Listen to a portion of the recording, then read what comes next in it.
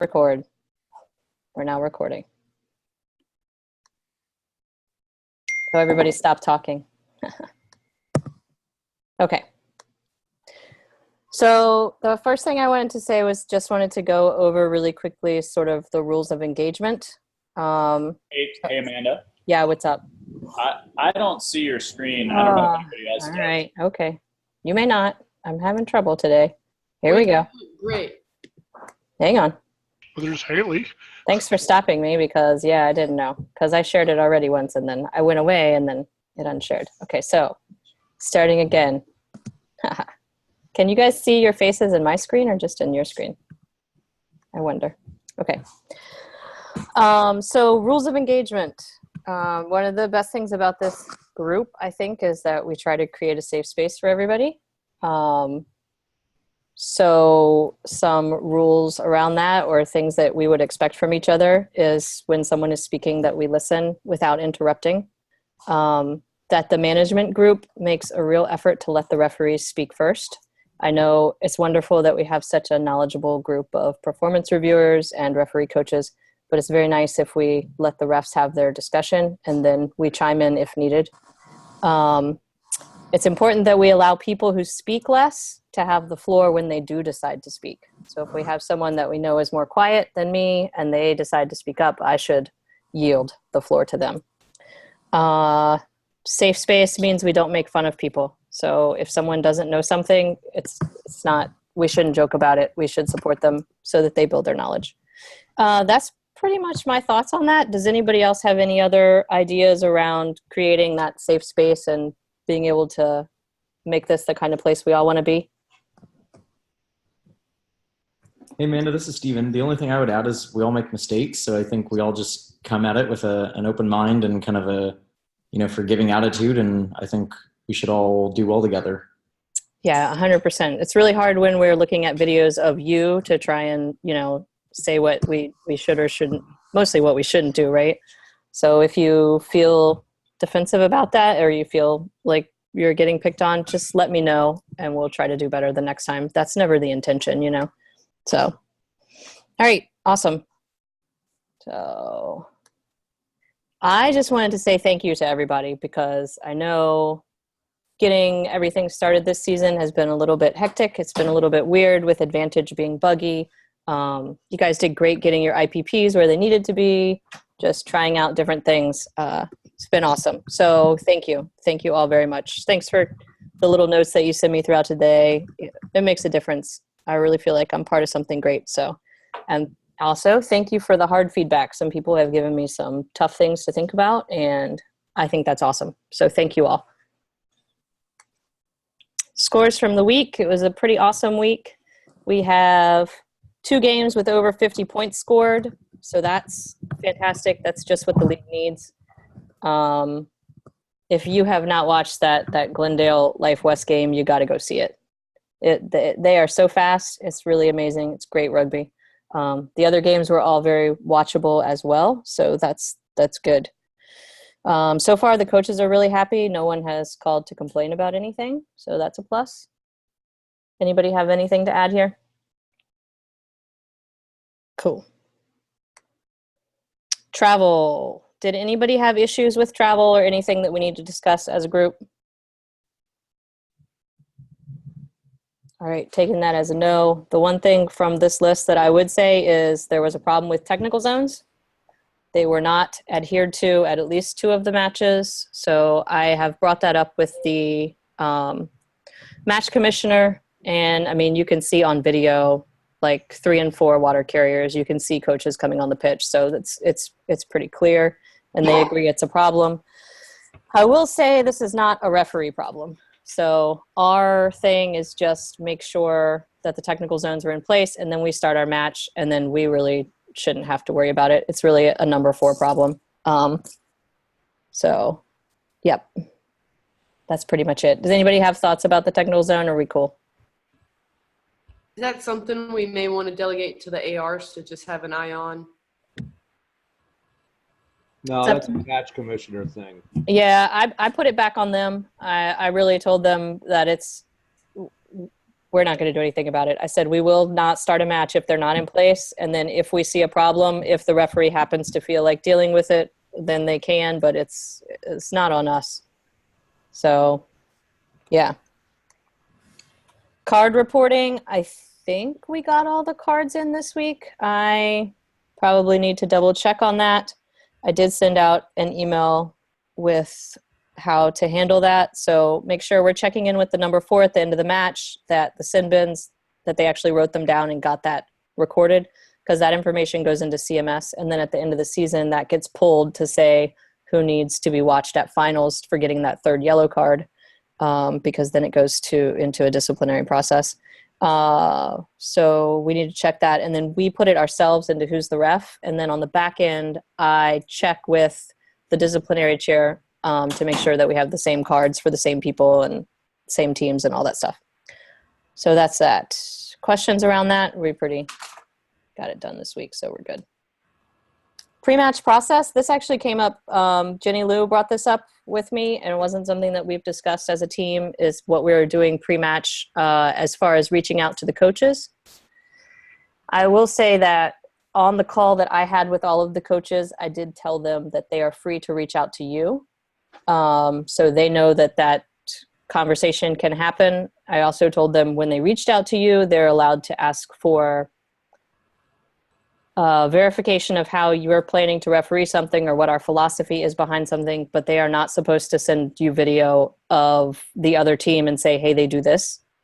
If that situation does happen, then when you respond to them with your philosophy of how it should be refereed or how the league is refereeing it, you should also CC the other team coach so that there's awareness and visibility around that.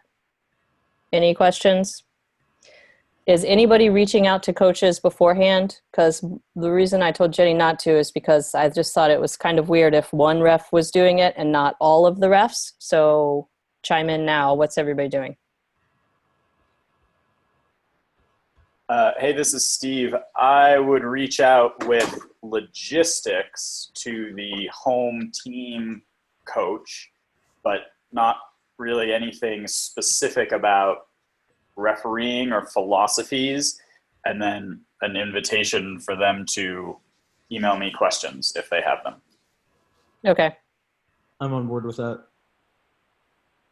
Yeah, so if we're going to reach out to a team coach, then I think we should be doing it across the board.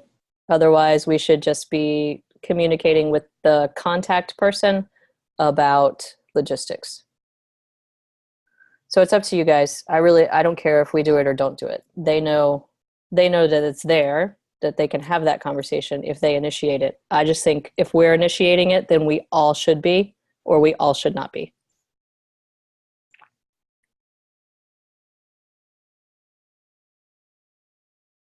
So are we good with all not doing it?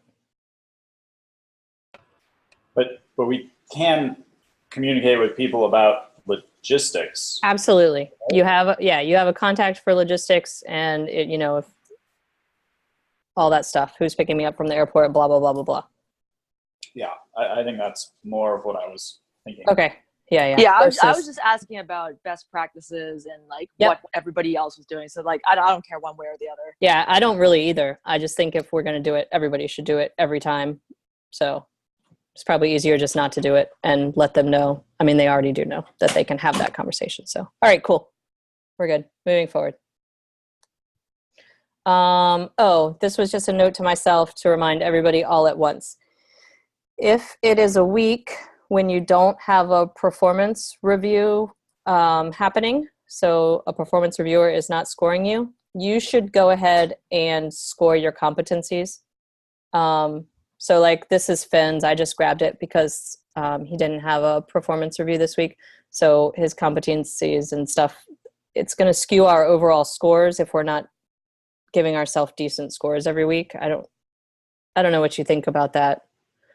It's one of the shortcomings of this program, I guess, is that when you're going to look at yourself across all of the weeks, if we're using the system in the old way, which is I was working on these 3 things and I achieved them, that's completely different than an actual score where you meet 20 competencies. Does that make sense? Do you want us to fill in more of the competencies with the referees when we're just doing a coaching report? Yes, I think that's what we should do. So we're going back to what we did Correct. 2 years ago. Correct. Because otherwise what we're going to have is a really skewed, your numbers won't mean anything at the end of the season, looking at the games as a whole. Does that make sense? Yeah, I think so, Amanda. I'll go back and modify mine.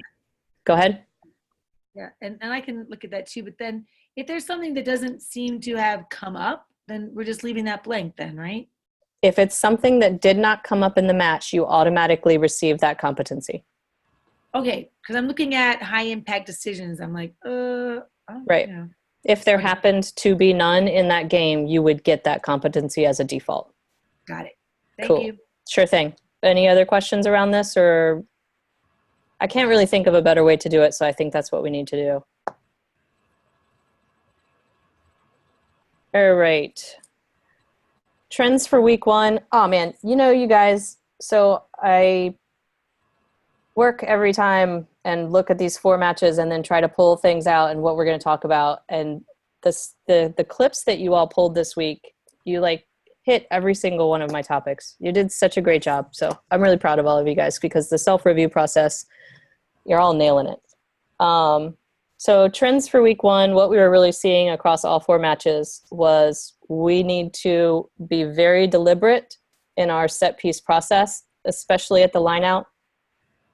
So first week out of the gate, maybe we were really worried about other things and the line out often takes care of itself. So maybe we just left it alone.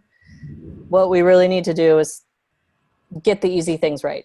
And the line out is an easy thing to get right, right? And we've agreed that our process for the little things, the free kicks, free kickable stuff, with the exception of not straight right, we will just reset once. If you reset, you let them know, hey, don't lift early. If it happens again, we escalate to the free kick. Same thing with numbers in the line out or anything that you can manage ahead of time, I guess. That's what we want to do. When we're looking at the scrums, we need to slow those down, get our crouch bind set nice and slow.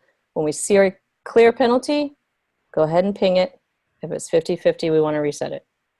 The last thing really is, as a crew, when we're looking at how we are seeing the breakdown, a big thing is the arrival timing. So when are you leaving the previous breakdown? How are you getting to this breakdown? And then everything else falls from there, right? We did see a lot of tacklers coming onto the wrong side of the ball this week. And we do need to think a little bit about what needs to happen to have the ball carrier not releasing. So we'll just go back to this, which was from the original thing. The poacher has to do all of those things, and the tackler must clear the zone, and that's really the hardest part of it, is the tackler clearing the zone. Oh, and squeeze ball, this was just a note to myself. I saw a lot of squeeze balls this week, more than I have seen probably in 2 years. My offhand guess is that they've worked on this at a camp of some sort, because it's really weird to see it start trending back again. So for us, what that means is we need to make sure there's good separation from the tackler, because that's why they do squeeze ball, right, is to make that space. And then we also need to make sure that when we are seeing the squeeze ball, that it gets all the way to the ankles and it's clear for the poacher. Any questions about that? We're going to see all this stuff come up anyway in the clips that we're going to watch now. Hey, Amanda, I only saw an army roll like once or twice in my game, that crawl. Mm-hmm. Also, I kind of mentioned it to the team, but I would just say, we should try and do what we can to keep that out as well. Yeah, I didn't see a ton of that this time. It seems to be at normal levels, I guess. Let's see, where's advantage? All right, let me update that. So who wants to start? Let's see. Haley Slaughter, you put your clips in first, so let's have you go first.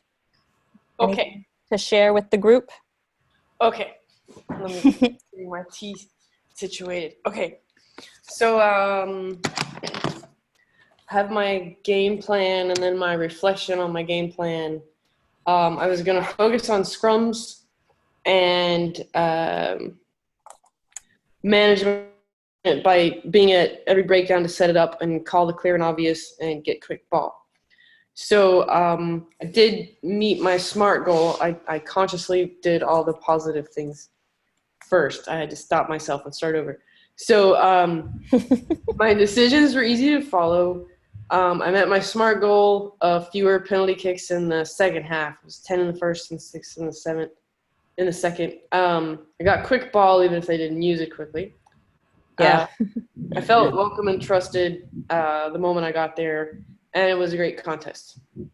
So my setup at the scrum was good, but I was too patient, and I needed a free kick the number 8s for having to be reminded to get in before the call. I needed to penalize the Quinn's number 1 for the angles that she drove around, and just be more assertive. And whether or not the ball comes out, in those situations, it's usually crap ball. So needs to be fair and need to get that kind of stuff out of the game.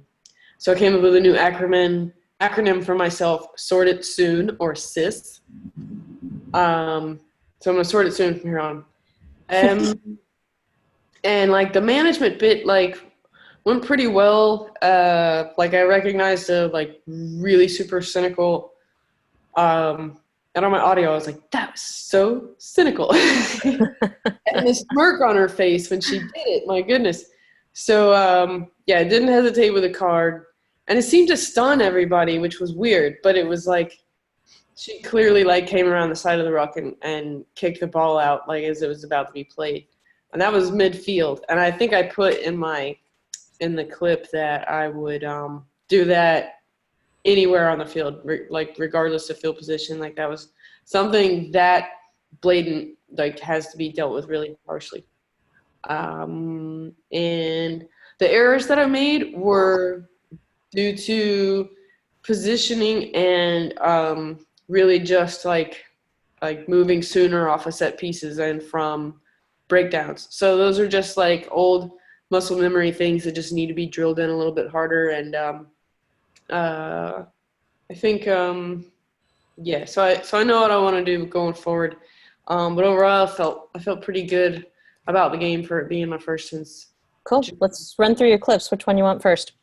Let's look at the cynical, dealing with cynical play one. So this is the card that Haley was talking about earlier. Oh, hang on. I gotta turn that volume down first. It's gonna be a little awkward because that one functionality is not on the big screen right now, so forgive me for slowness.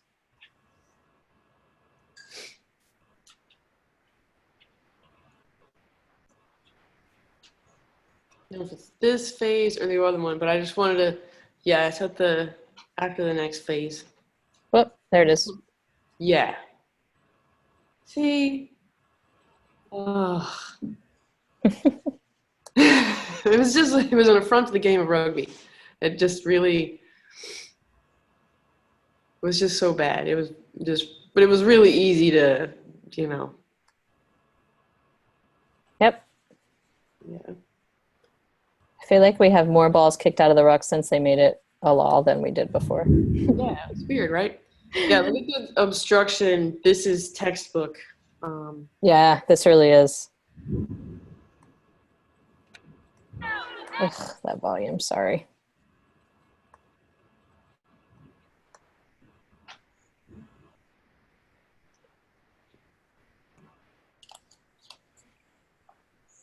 All right, everybody see that? It happened really quickly, but Yeah, I can slow it down. Look at that. Yep. Hey, if anybody has any history on that player that does that, I believe she used to play for Penn State, and she's done that multiple times before. So Cool. Could well be. I feel like it's a coach thing. Last year, Harlequins had, some obstruction. A lot of teams in the Atlanta area have issues with obstruction. And they all kind of follow the same game plan. So that's just something to look for when you have them. Another thing about them is that they've been working really hard on line speed in their defense, but they gave ample space throughout the game so that it never really was a problem until like late in the second half when people were getting tired. So those are the things on Atlanta that I would say. But and for Beantown, I was gonna say after I asked him not to, one of the coaches came out to the water break in the first half, and then on the film you can see the other coach going into the end goal after tries were scored. So it's just something that I guess ahead of the game. I mean, if you ref Beantown next week or whenever, make that clear, and then ask the number 4s to remind them, I guess. Yeah, they did say the Beantown coaches are new and the Life West coaches are new, and then probably what happened is they did what they wanted to, and then the other team decided to do it as well, which fair enough. So we'll see. We'll try to clean it up. Yep. This is Greg. I have a question for Haley real quick, just looking at the picture you have on the screen there. Am I seeing this right, Haley? It looks like you're standing on the near side of the scrum. You're in perfect position to call that obstruction. And I'm just curious, why are you there? Did you see something before, or did you just end up there? You're right there on it, but it seems like an unusual spot for most referees to stand. Actually, I usually stand over there. I usually don't stand on the put-in side unless there's a problem, because the opposite side from the put-in is usually where things go wrong. Ideally here I would be standing on my toes, but no, it's something that and last season I wanted to work out if it was a game where scrums were going to be an issue or where I was focusing on it. Didn't do it this time. I was on the put-in side a couple of times, when players complained or like, hey, check out her bind or whatever. I would stand over there and like ask the scrum half, like, let me do this and then I'll get out of your way. But for the most part, I stand on the other side. So just a thing that I do, right or wrong. But I think that varying that position for each side's put in gives you a better idea of who is cheating on which and who does what on either side, depending on whose put in it is. Excellent. Thanks. Yeah, I never would have seen that if I had set up the other side. I think we used to run a play like that, Haley, together. We did we? As soon as you tagged it, I was like, oh, hey, I used to run this block for her. All right, what's next? Celebrate success? Yeah, so this was a good scrum that I had to reset at first, and I stood them up. I think I had 28 scrums. I stood them up 5 times just to like get the spacing right. And this is a good one because it shows that after I fixed something, we had a really good scrum, and it was actually contested and won by the non-throwing in team. So yeah, so there's the stand-up part, and then So you brought it up because there was no gap. Is that correct? It was a spacing thing, and it was also and it was just like I want you to bind a little higher over there. So Beantown ended up stealing it. So it's just like it just was a better contest, and I think if we're good about our setups and stuff, then we'll have more of those, and we'll have better contests at the scrums. Awesome. Thank you. Anything else for the group? Don't think so. If I think of anything, I'll email it. But Cool. Thanks. Fenaroli, you want to go next? Yeah. Cool. Any thoughts about the match? No, it was I done that game last year, and it was it was still a great game. Orsu kind of came out strong, and I thought that they were going to have a completely different game. I thought they were going to be in control. And then after about 15 minutes, they kind of just couldn't get their passes to connect, and they seemed to have just kind of ran out of energy. And so I think it'll be an exciting season for them, seeing if they can put it together and kind of keep their momentum going. Because I think they definitely have, those they have what it takes. It just depends on if they can put it together. Right.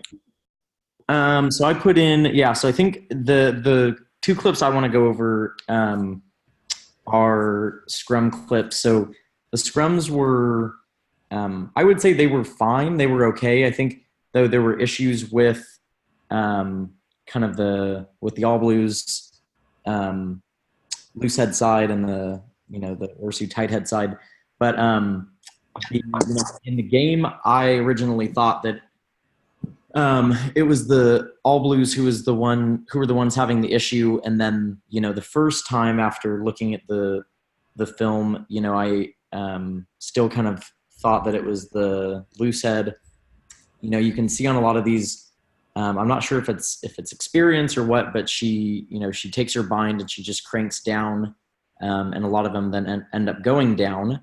But I'm not, I don't know whether or not she is the reason for it. I would just say to whomever's going to referee them next to just kind of keep an eye on that and, encourage, binds to stay strong throughout the game. But I guess what I would say is so after watching the film a second time, I think that there's some more going on in the Orsu scrum, and that they don't have the, I guess, I'm not sure if it's ability or desire to push straight with the whole team. And so what I saw oftentimes was their second row and would just push, kind of 45 degrees to the field. So it was something I actually have them this week again. So it's something I'm going to be on the lookout for, but I would encourage anyone to kind of keep that on their radar as well. So I think these two videos are kind of both of those situations. This one says straight push. So is this going to be a good scrum? Yeah, I think this one goes fine.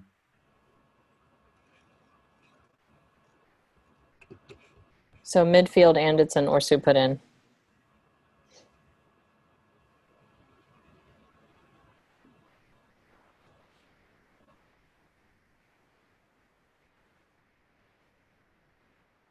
Oh, so that was okay. So sorry, that was the one where I was mentioning how you can see that one. That one happened to be straight on, where you can see blue one's bind just go. She cranks her arm down, but actually it's red 3 who loses her bind first, and then the whole thing just kind of collapses. And then I think after this reset, yeah, it goes good. Yeah. So Well, red 1 is not, or 3 is not straight ever. yeah, she doesn't have good body position. We had this problem with her last year too. Yeah, she's tilted from the That was start. probably the best that's probably the best you're going to get out of her, unfortunately. Yeah. That one. And then this is a really good example of a team taking it around. So this is about, what, 10 meters out?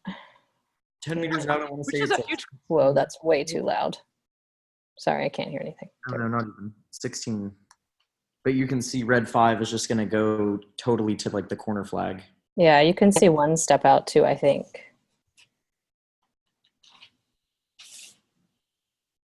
And then the whole thing just goes around. That's an all blues put versus an Orsu put, so could be something in that. So it's Everybody, they're ahead, on my sorry. card, but I just wanted to kind of offer that to the group and kind of, make everyone aware. So everybody sees the step out. But see, I'm thinking, isn't that step out her trying to keep the ball in though? I would not give her the benefit of the doubt on that. Okay, fair enough. Yeah, I mean, you see number one's hips move around and you see the whole red team start to shift and then drive across.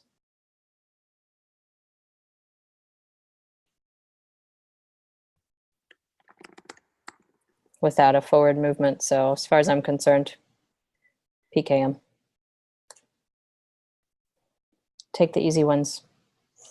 Didn't you have another one? I added more, but I think I think we just keep it to those two, and that was kind of my takeaway from the game. Okay. That any last thoughts or anything from you, Rosalind? Nope. Stephen had a good game overall. Great. That sounds lame when I say overall like that. It's not a good game. For the most part, things were okay. Yeah.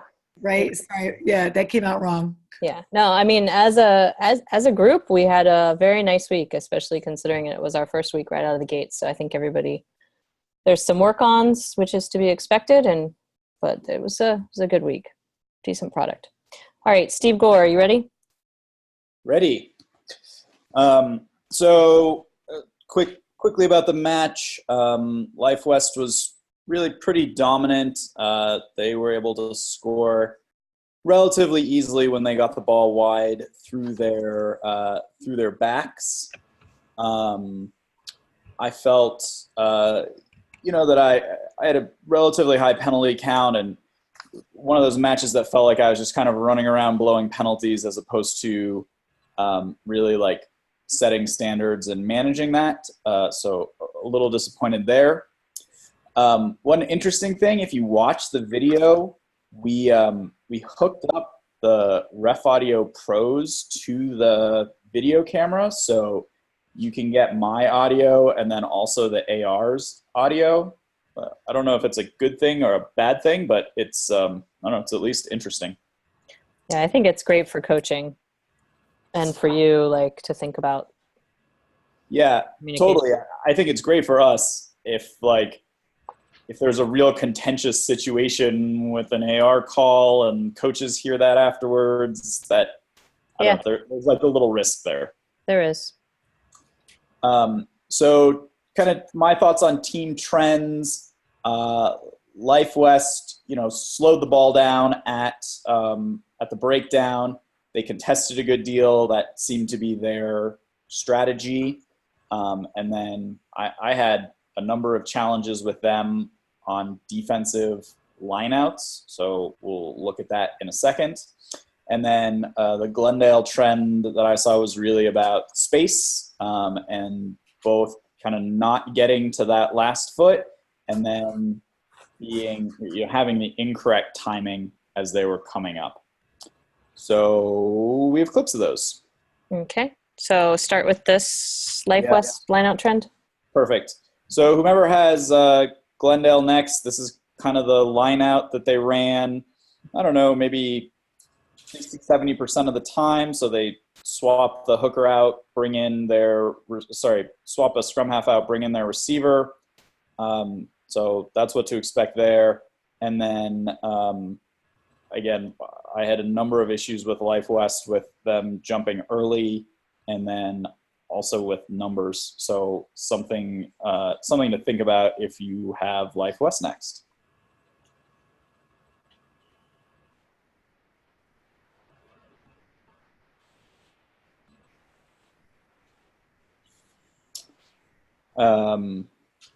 Yep. So fairly simple clip.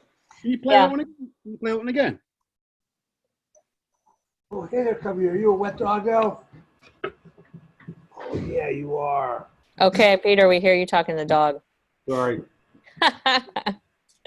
One thing I would say, I mentioned earlier, process with the line out. When we look at this setup, it would be tidier and probably easier for everyone to understand what's going on if we got everybody on the lines like they're supposed to be. One life players doesn't make me happy. The one at the back. Yeah, she can take 2 steps in. That was she's not. Too far back. Yeah, I think she's too far. She needs to be on the line. I mean, I'm not really sure what the teams are trying to achieve with the lineouts, but they're really interesting setups. Well, Amanda, he was technically their receiver.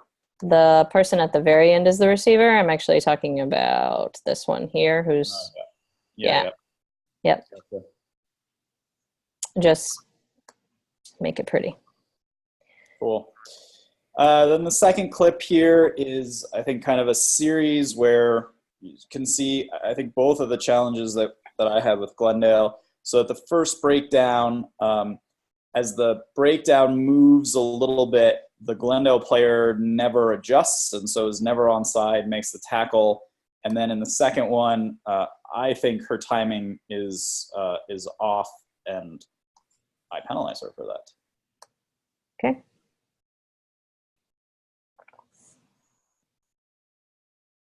So if you pause it. Sorry. Yep, I missed it. Oh yeah, we can't do that full screen, huh? No, not right this second. Well, yeah, Oh, don't right. worry. I don't think. Yeah, there you go. That's a good view of it. Yep. And then, maybe I can, maybe not.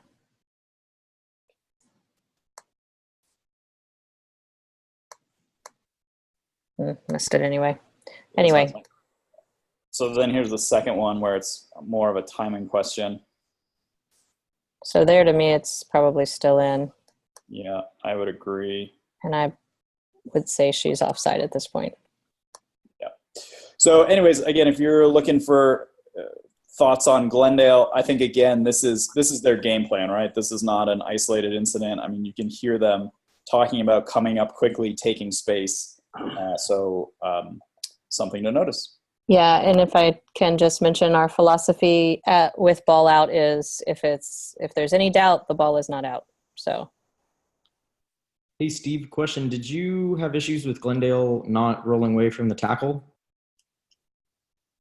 That last one just seemed like, she could have given more space, and I don't know if that would have created a more obvious kind of, or let the ball come out a little easier. Yeah, not particularly. I think the Glendale trend was really a bit more on the offside line. I'm sure I pinged them once or twice for tackle-related issues, but I think that side of things was more of a Life West issue. Cool. Okay. Steve, Lee, I look back at last year. Glendale have a trend to push ahead of the offside line and reduce the space. They were doing exactly the same last year.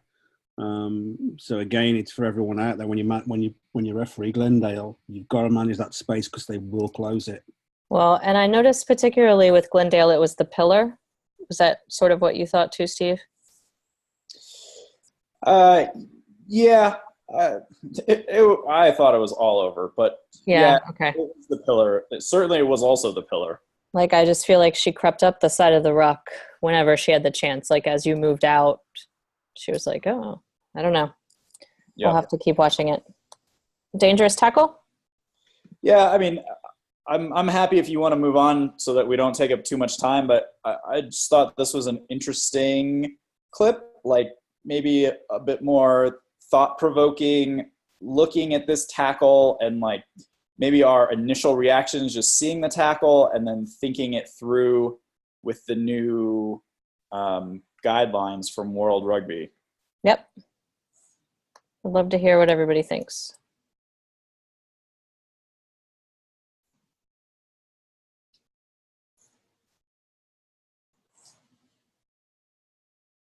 So you went penalty only?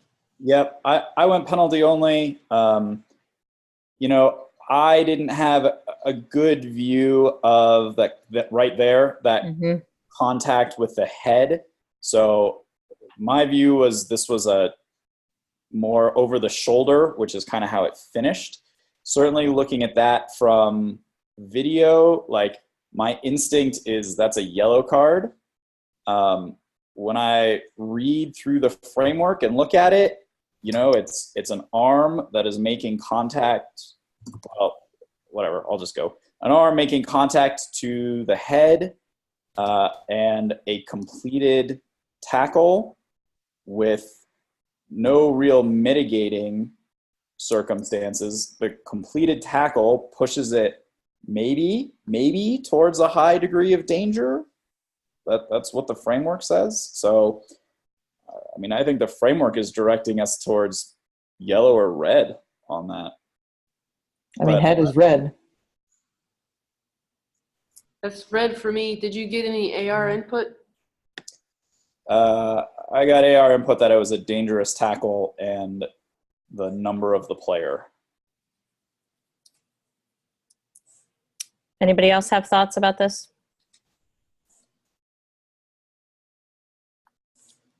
So did you talk to your AR, or they just gave you input and you took what they gave you? They gave me input and I took what they gave me. Yeah, he's on the backside, so. Yeah, no, I just didn't know if they were like, no, let's chat. If you got more after, if they were insistent, that would be helpful. So I will give you my 2 cents, and that is that this is probably a yellow card. I think a penalty was a little bit too low. My reason for a yellow card would be that the pressure is downward on the shoulder instead of direct to the neck or the head. While there is contact, the pressure is to the shoulder. That's hair splicing that they sort of do at the upper levels. Also, she doesn't go through the player, but it's a passive soak. So she sort of goes in the same direction as the player when she makes the tackle. Does that make sense? So therefore, it's a low degree of force. So then I get to yellow card because we've got contact to neck, low degree of force. I wouldn't blame anybody for going red here. Yeah, that's what I'm thinking. I could easily be talking to a red if an AR was pretty insistent, especially with not being able to see it, but definitely a yellow.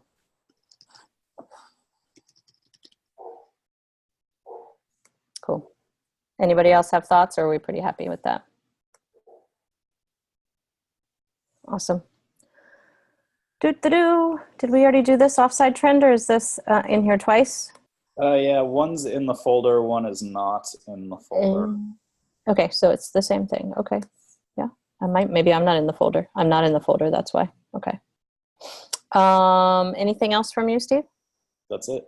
Okay, anything else from your coach, or who's your PR, David? Do you guys have anything? No, I think Steve went over pretty well.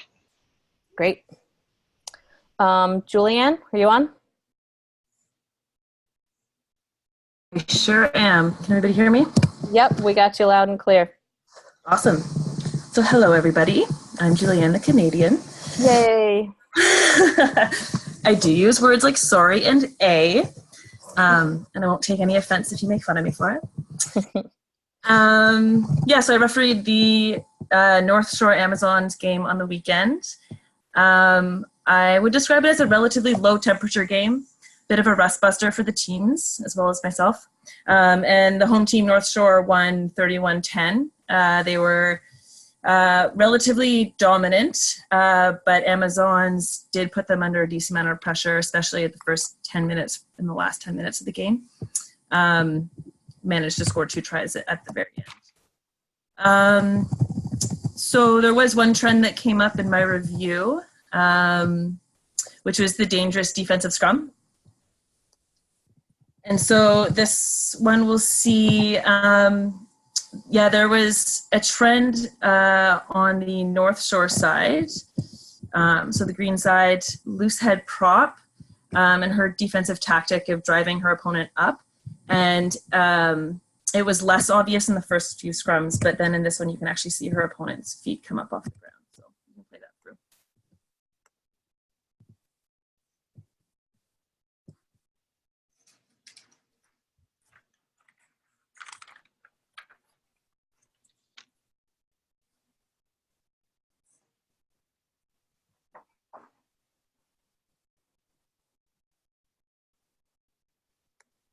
So you can see right there, she's already started to push her up. You see the orange player come up with the shoulders first, with that real hunched, rounded back. That should be a trigger. That's going to be dangerous. Yeah. Anybody have questions about these? We had these across several of the matches. We also saw it in the All-Star game. That's the same prop that did it in the All-Star game. She was playing with the West. There you go. Good call. There you go. Any questions, or anybody need to see that again? Pretty happy. Thanks, Julianne. Cool. I mean, the other one I think is just. Yeah, this is a good one actually, because ball carrier not releasing was one of the things that we talked about, and we can talk about what the picture shouldn't look like over and over and over again, but the way that our brains work, it's much better to see what the picture should look like. So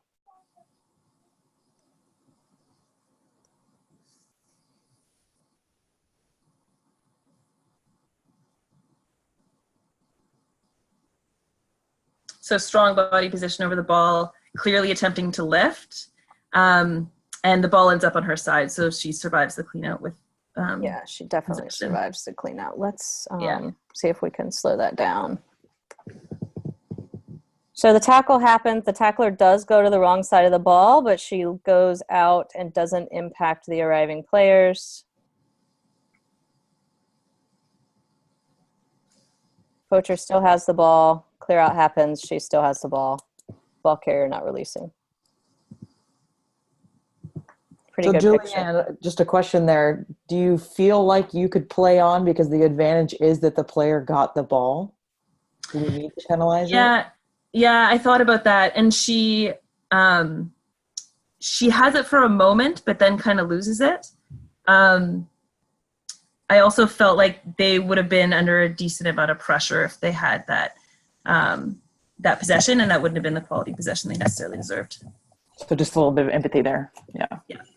Yeah, and I actually got one of those wrong, I'd say, earlier in the game where I said to the player, you have it, like you have the ball, play on, and then they turn the ball over the next phase. So just shows that sometimes it's right to play on and sometimes it's not. Sure. Cool. I just had a couple of things around the process at the lineout, and we'll zoom through these really quickly. I will say we do have to keep an eye on our hooker. This is just one defender to beat, potentially two, but let me turn that down. Just really watch. Smart defense by Down. We'll see the double pump here. So that's a quick whistle reset situation.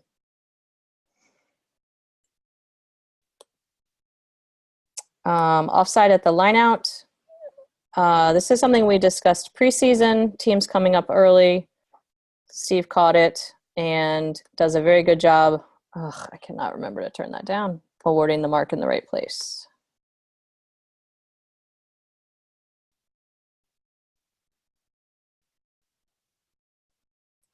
What's really interesting about that clip is both sides were bringing their backs up early. Gold was also guilty of it. So awareness. Line out throw. We did have some issues around the line out, and Finn, I'm glad that you clipped this one because I was going to have to go look for something like this. What we say is if a team approaches the line out, they may not stop. Okay, and what the All Blues have done is brought their players to the line out, stop 2 meters from the line out, and then they just hang out. Then they go in. folks have been pressuring line out. So you're just going to do a whistle and tell them if you approach, you have to continue to approach, or you're delaying the line out, basically, as your argument. Stop, right? What's that? Or if they're going to walk in, right, then they have to stop and pause and then. Yes. So the line out has to be quote unquote set, which means once they walk in, there has to be an appreciable pause before the jumper goes up. We don't have to be super duper strict on that, but it needs to be like, okay, now we're here. Now the line out's starting. So Amanda, for my clarification, is this different than last season or previous seasons, or are we staying consistent there? In my opinion, we're staying consistent. Does the messaging sound different? Not from you. Okay. Oh, are you hearing different messaging from your call earlier tonight? Yes. Okay, and what's the different messaging? That the players have to be in the line out and not to delay outside, I guess. That's not the message I heard, Steve. Well, that sounds consistent to me. If they come in, they have to continue to come in. They can't stop outside the line out. right? Or is it different? So in that clip, is it okay for, who was it, Beantown or Orsu, to? It's the all blues in the blue and yellow. So okay, Orsu's in the red. Is it okay for them to stop there? No. If they do, they have to come to a second complete stop when they get to the line of touch. There's got to be that pause when the referee gets a good picture of clear line out, nice gap, which they didn't give them. Okay, so yes, it is okay for them to stop here if they then stop again. Yes. Okay, that's different messaging than last year. Yeah, but it's all about, it happened quickly. Yeah, and I think Richard tonight even made a point about saying the fact that they need to be in the line out. So are we saying they can stop here on their approach, or are we saying they cannot?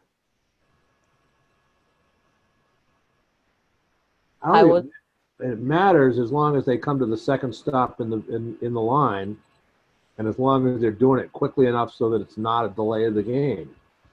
See, Steve actually had one event where there was a problem with life and numbers because you had a number of the Glendale players just hanging back. And then they came in quickly. Now, Steve worked it very hard to get the numbers correct. But then the ball was thrown in almost immediately. Okay. So to me, if they approach, they need to continue to approach. They can come up, they can go kind of slowly, but they need to get into this line, and then there needs to be a pause before they go up. So we want a longer pause than what was in this clip. It's got to be a significant pause. Technically, yes. Can you play it again? Because this one was on the edge, but I thought that from last year they were allowed to do this stop as long as they entered and then they stopped. But maybe this was not enough of a pause. Mm-hmm.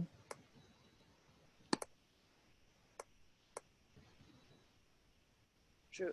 Folks have been pressuring. Line out. Caught by the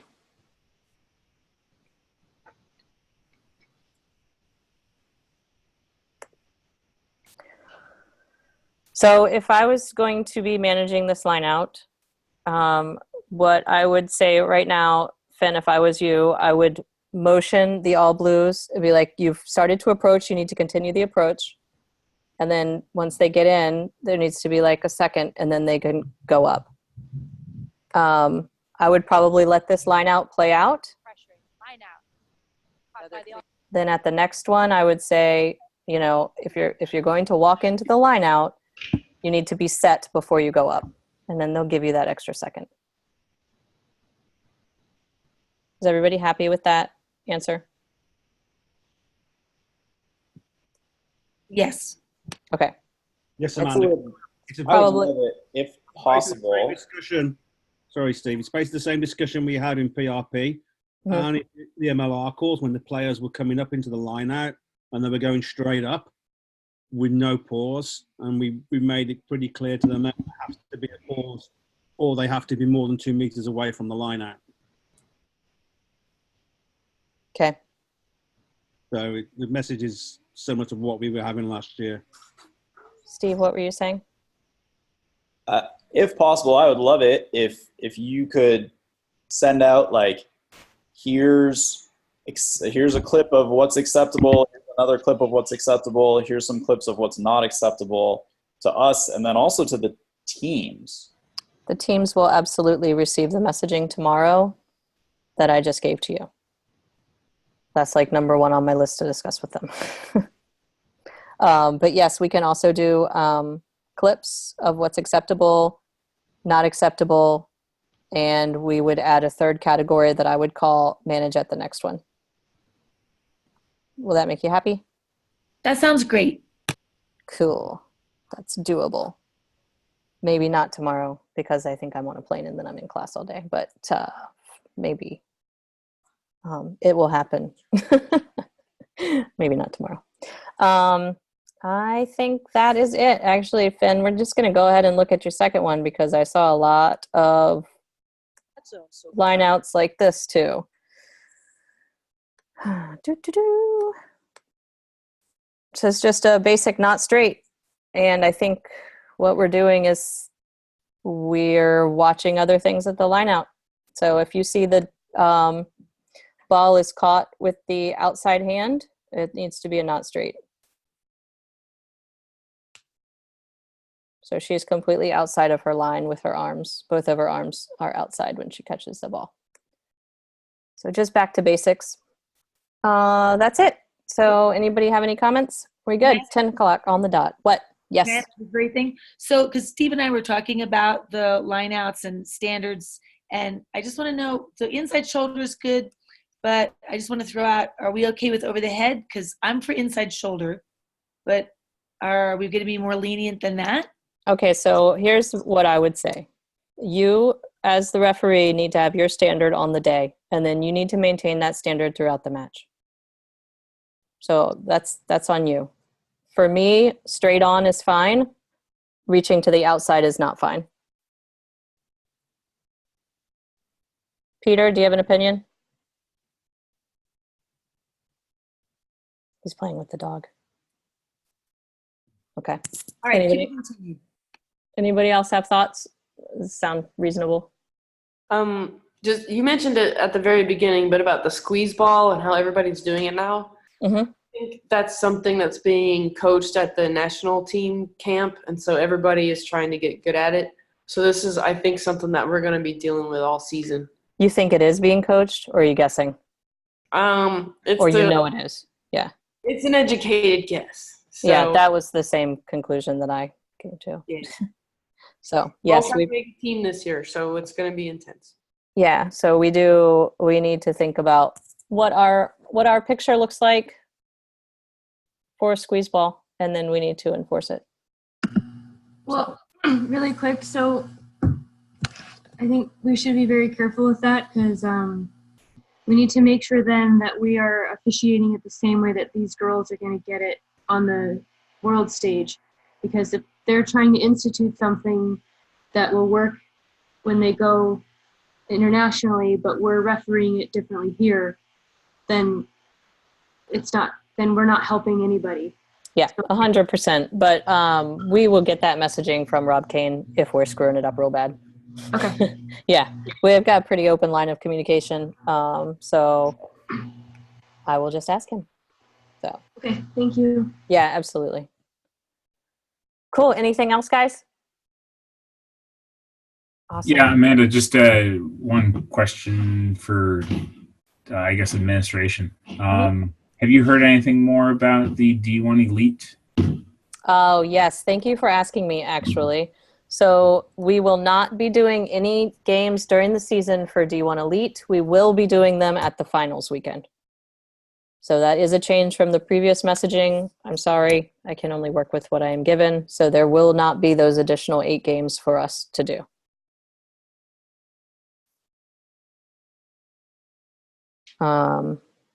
Anything else on that? Everybody? Yeah, just kind of stinks. Next week looks like this. So pretty excited. And I actually heard 2 of the games are going to be live streamed. Not 100% sure which 2 they were. I'm thinking it was Surfers and Atlanta Harlequins. But I will try to get that information to you for sure. And that's it. Thank you guys all very much for showing up. And thanks for being part of the group. And I think week 1 went very well. Thank you, Amanda. Thank you. Good night, everybody. Good night. Night.